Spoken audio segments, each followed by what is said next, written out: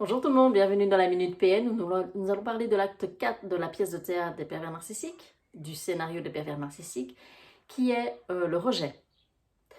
Alors, le rejet, ça va se traduire soit par une rupture de votre part, de sa part, ou vous poussez à rompre. À la fin de la relation PN, on se trouve soit dans un mode self-défense, c'est-à-dire qu'on est épuisé, on est déprimé, mais on a cette agressivité qui est de plus en plus forte. Et en fait, c'est cette agressivité qui nous permet de nous maintenir en vie. On est vraiment, voilà, prêt à se battre, quoi. Dès qu'il dit quelque chose, quoi, c'est à moi que tu parles, c'est à moi que tu parles. Voilà, on est un peu aussi genre Scarface, quoi. Tu veux la guerre, c'est ça.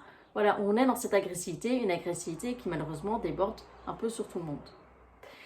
Et durant cette période self-défense, où on est en mode self-défense, on va avoir de plus en plus une lucidité. On va se rendre compte que le problème au final, ben, c'est peut-être pas nous. Que il ou elle a vraiment des comportements anormaux. Que waouh, tout n'est que mensonge, incohérence.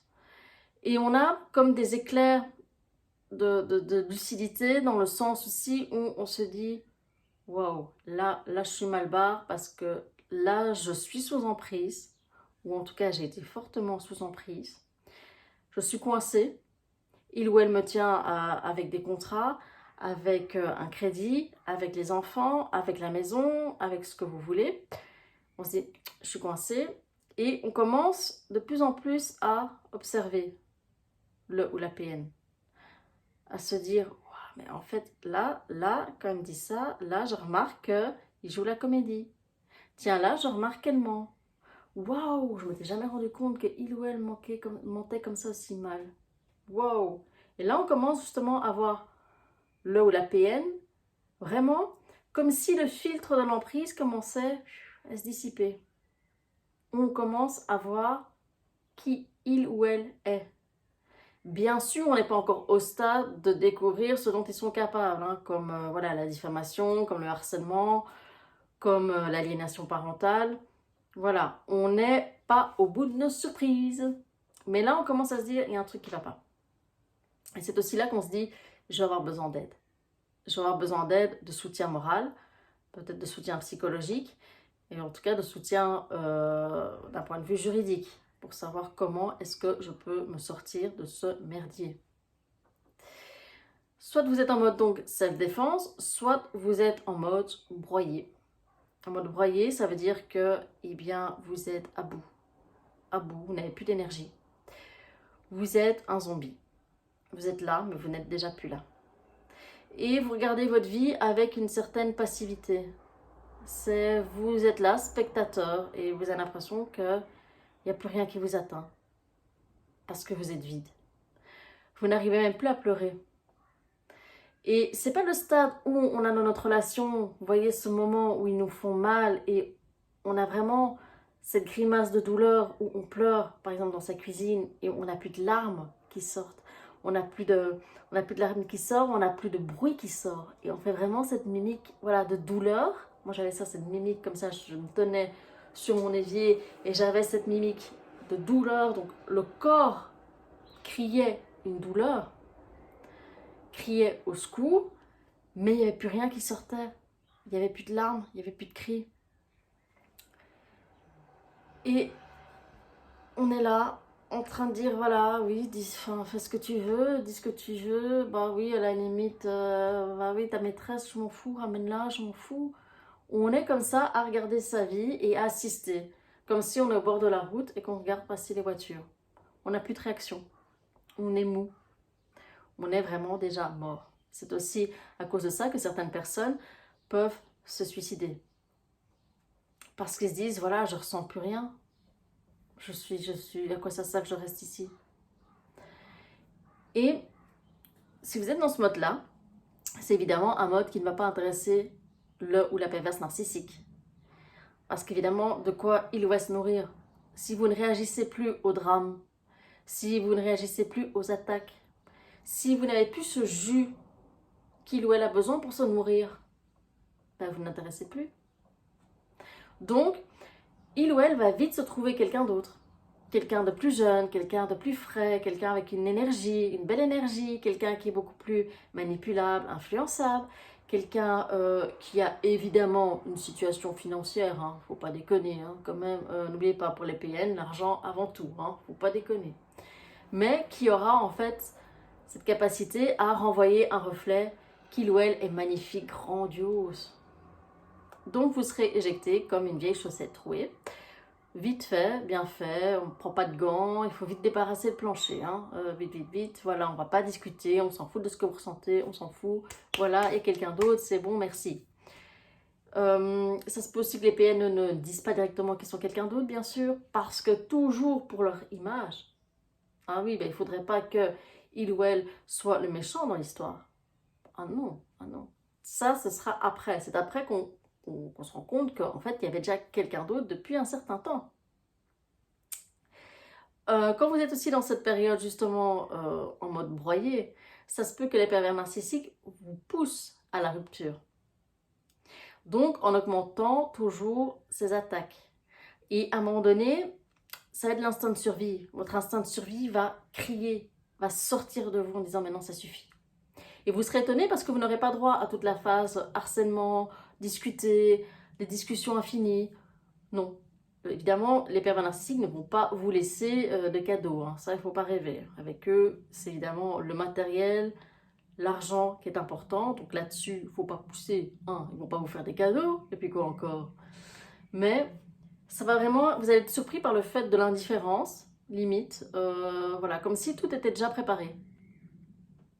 Vous allez dire, bah voilà, c'est fini. C'est toujours si il ou elle va pas cliquer sur son ordinateur en disant, oh bah ok, tiens, je t'ai imprimé ça, tu peux me signer, voilà, ça c'est très bien, ça c'est pour les changements de compte.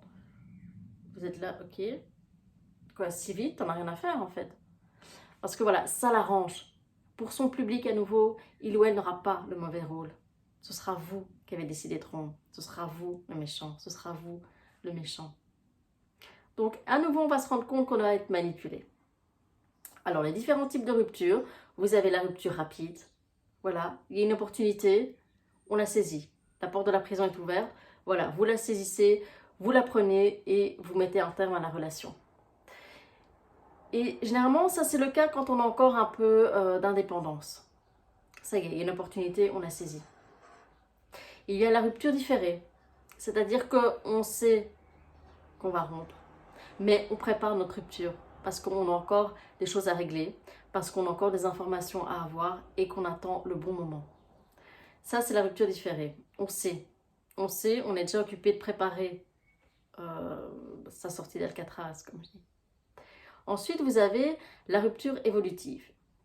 La rupture évolutive, c'est-à-dire que vous faites des allers-retours et qu'à chaque fois, vous sentez votre niveau donc, de dépendance par rapport au PN ou à la PN. Et là, vous êtes occupé de dealer généralement avec le lien traumatique, avec le stress post-traumatique, avec évidemment la dissonance cognitive, oui, mais peut-être que en fin de compte, le syndrome de Stockholm et tout. Et là, généralement, vous faites des allers-retours jusqu'au moment où il y a la rupture définitive parce que vous arrivez au stade de dégoût. Et c'est là que les pervers narcissiques, se rendant compte que vous n'allez pas revenir comme d'habitude, commencent leur campagne de diffamation, d'aliénation parentale, de faire une mauvaise réputation, les menaces que vous allez payer et peut-être même des menaces physiques, même de la violence physique. Et voilà, vous avez eu besoin d'aller jusqu'au bout pour vous dire maintenant ça suffit, je suis écœurée, je suis dégoûtée.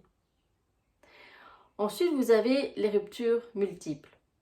C'est on vient, on repart, on vient, on repart. Et là, c'est plutôt des ruptures multiples qui est due à votre entourage. L'entourage, c'est ce fameux entourage qui va vous dire oh, oui, mais bon, t'as pensé aux enfants quand même, mais qu'est-ce que tu vas faire? Tu travailles pas? Oh, et qu'est-ce que tu vas faire avec le coût de la vie actuel? Oh là là, ma pauvre! Quand même, réfléchis bien. Hein. Tu sais que c'est pas facile le mariage, il n'y a pas de mariage parfait hein, quand même. Oh là là, et t'as pensé quand même aux enfants, c'est quand même une famille. Voilà, c'est tous les éléments extérieurs qui vont nous pousser à retourner avec le ou la PN.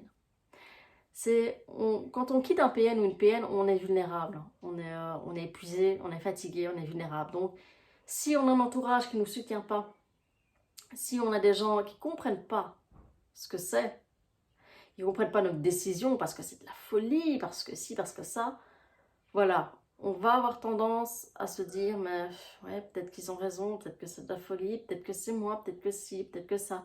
Donc voilà, parlez de votre projet, parlez de votre rupture à des gens qui peuvent vous aider, qui peuvent vous soutenir, parce qu'ils vous ont vu mal. Pas ceux qui ont fermé les yeux pendant des années sur votre état, sur votre santé mentale. Pas ceux qui, au final, voilà, trouvent que, effectivement, le problème, c'est peut-être vous. C'est ceux qui sont manipulés généralement par le ou la PN. Hein. Donc voilà, choisissez votre entourage maintenant. Ceux qui vont vous aider dans cette rupture. Ok? Donc voilà, c'était le dernier acte des PN, avec évidemment la vie infernale qu'ils nous font après. Et voilà, j'espère que ça vous a aidé, ces différents actes de la pièce de théâtre de PN. Je dis bien pièce de théâtre parce qu'au final, on voit qu'il y a vraiment des scénarios similaires. Il y a des petites variantes en fonction de qui ils ont en face de vous. C'est pour ça que votre ex n'est pas le même ou la même avec son nouveau ou sa nouvelle compagne. Donc ça ne sert à rien d'être jaloux parce que c'est pas du tout la même personne.